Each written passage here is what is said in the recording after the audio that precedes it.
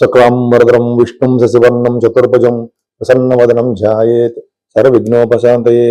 ఓం గం గణపతయే నమః. ఓం శ్రీమాత్రే నమః. ఓం శ్రీ గురుభ్యో నమః. ఓం శ్రీ మహాసరస్వత్యై నమో నమః. ఇప్పుడు మనం 1 మార్చ్ 2026 నుండి 31 మార్చ్ 2026 వరకు కూడా 12 రాసుల వారికి ఎలా ఉండబోతోందో ఇప్పుడు మనం తెలుసుకుందాం.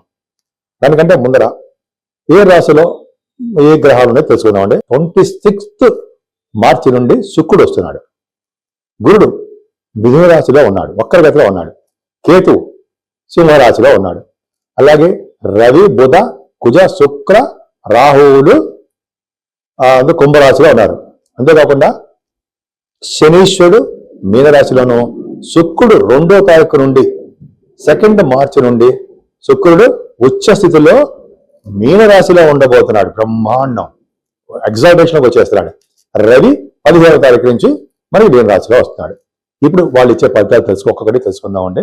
ముఖ్యంగా ఈ నెల మొత్తం కూడా కాలసర్పదోషంలోనే ప్లానెట్స్ అన్ని ఉండిపోయాయండి. అంటే మనిషి మీద ప్రభావం అనేది చాలా తక్కువ చూపిస్తాయి. ఇంతకుముందు చెప్పినట్టుగానే మన దేశాల మీద చూపిస్తాయి తప్ప, రాజకీయ నాయకుల మీద, మంత్రుల మీద చూపిస్తాయి తప్ప గ్రహాల ప్రభావం, కాలసర్పదోషం అనేది చాలా తక్కువగా మనిషి మీద ప్రభావం చూపిస్తుంది. ఇప్పుడు మనం తెలుసుకుందాం. ధనురాశి. ధనురాశి వాళ్ళకి గురు బలం బాగా ఉందండి. అంటే మీ రాశినే గురువు చూడడం వలన అదృష్టం. అదృష్టం ఏంటంటే ప్రతి పని కూడా ముందంజలో ఉండడము, సంతోషంగా ఉండడము, అదృష్టం కలగడము ఇవన్నీ ఉంటాయి. 5 నిమిషాలు కూడా ఏమాత్రం ఇబ్బంది పడరు. మీకు 3వ భావంలో గ్రహ ప్రభావం వల్ల కూడా మీ తమ్ముళ్ళకి మీ కమ్యూనికేషన్ స్కిల్స్ పెంచుకోవడానికి, మీకు వచ్చిన ఆలోచనలు కార్యరూపం దాల్చడానికి ఎన్ని అవకాశాలు ఎక్కువ ఉన్నాయి. మీకు శుభవార్తలు కూడా వినడానికి అవకాశాలు ఎక్కువ ఉన్నాయి. ధైర్యంగా ఉంటారు, పట్టుదల ఉంటుంది. పని చేసిన పట్టుదల ఎక్కువ. మీ తోబుట్టులకు ధైర్యాన్ని ఇస్తుంటారు. గురుదృష్టిగా ఉంది కాబట్టి తీర్థయాత్రలు చేస్తారు. వాహన ప్రాప్తి కూడా ఉంది. సరే, 2nd హౌస్ లార్డ్ 4th భావంలో ఉండడము, 9th హౌస్ లార్డ్ 4th భావం, అంటే 4వ భావంలో శని, శుక్ర, రవులు ఉన్నారు. 4th భావంలో రవి ఉన్న 2nd హౌస్ లార్డ్ 4th భావంలో ఉన్న వాళ్ళు ఫారిన్ వెళ్తారు.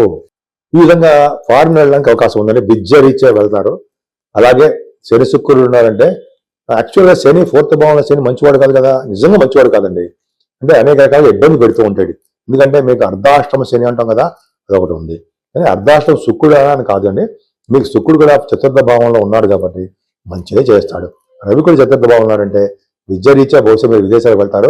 తల్లిగారికి ఆరోగ్య పరిస్థితి మాత్రం కొంచెం జాగ్రత్తగా చూసుకోండి. మీకు 23వ తారీఖు 26 నుంచి మీకు సంతాన విషయంలో ఆడపిల్లలు పొందడానికి అవకాశం ఉంది. ముఖ్యంగా సినిమా రంగంలో, కళారంగంలో 26th తర్వాత నుంచి మీకు అవకాశాలు వస్తాయి. సినిమాలో నటిస్తారు, సినిమాలో జీవిస్తూ ఉంటారంటే సరే అలా ఉంటుంది. ప్రొడ్యూసర్స్గా, యాక్టర్స్గా, అలాగే డైరెక్షన్ ఉంటారు సార్, డైరెక్షన్ డిపార్ట్మెంట్ డైరెక్టర్స్గా మీకు బాగా రాణించడానికి అవకాశం శుక్రుడు ఇస్తాడు. పంచమస్థ శుక్రుడు కాబట్టి మీకు స్టాక్ మార్కెట్ కూడా బాగా రాణిస్తారు. ఏదైనా గురు ప్రభావం కూడా వివాహ వేడుకలు బాగా జరుగుతాయండి. శుభకార్యాలు జరుగుతూ ఉంటాయి, ధర్మకార్యాలు జరుగుతుంటాయి.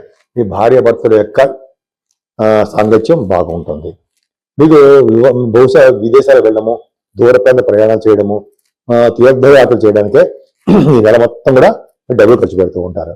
కానీ మీ చేసిన ఉద్యోగాలు మాత్రం మార్పు వస్తాయండి. 10th హౌస్ లార్డ్ బుధుడు బాగున్నాడు అంటే మీరు ఉద్యోగరీత్యా మీరు ప్రయాణం చేస్తారు. కానీ శని ప్రభావం ఉండవన్న శని చూస్తారు కాబట్టి శని దృష్టి ఉంది. రవి చూస్తున్నాడు, శని కూడా చూస్తున్నాడు, శుక్రుడు చూస్తాడు. అవన్నీ పెద్ద ప్రాబ్లం లేదు. అంటే ఏంటంటే మీకు గవర్నమెంట్ సంబంధించిన ఉద్యోగాలు కానీ, కాకపోతే సాఫ్ట్వేర్ ఉద్యోగస్తుల్లో ఉండడానికి అవకాశాలు ఉన్నాయి.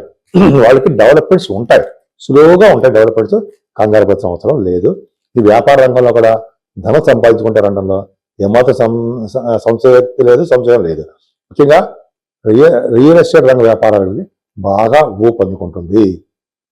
ఫుడ్ బిజినెస్ వాళ్ళకి, వస్త్ర పరిశ్రమలు, స్టేషనరీ బిజినెస్లు, బంగారం వెండి వాటిలో కూడా మీరు విజయం సాధిస్తారు, డబ్బు సంపాదించుకుంటారు. 12 రాశుల వారికి చిన్న సూచన ఏంటంటే, మేషం నుంచి మీనరాశి వారి వరకు కూడా మీరు మీ జాతకాలు చూపించుకోదలుచుకుంటే మీకు ముందుగా మీ date of birth, time of birth, place of birth 3 ఉండాలండి.